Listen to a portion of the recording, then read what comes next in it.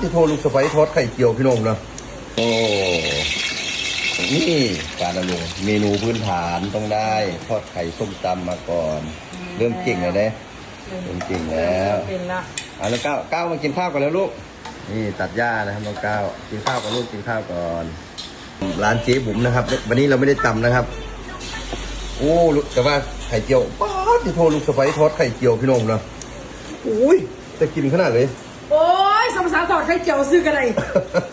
ดีไปบดลูกไผ่ไม่อะไรบางคนทอดบ่เป็นบ่กลมบ่มุนเนี่ยสีสันนี่เนาะจะออกเหลืองอมส้มนี่การทอดแบบนี้นี่เนาะการทอดมวยมากระทอดเป็นแบบนี้นั่นมวยนะโอ้ยเข็มแต่ว่าก็ดีนะดีกว่าไม่ทำอันกวาดเงื่อนกวาดซ่านอันงานเบาๆนะเอาให้ลูกไผ่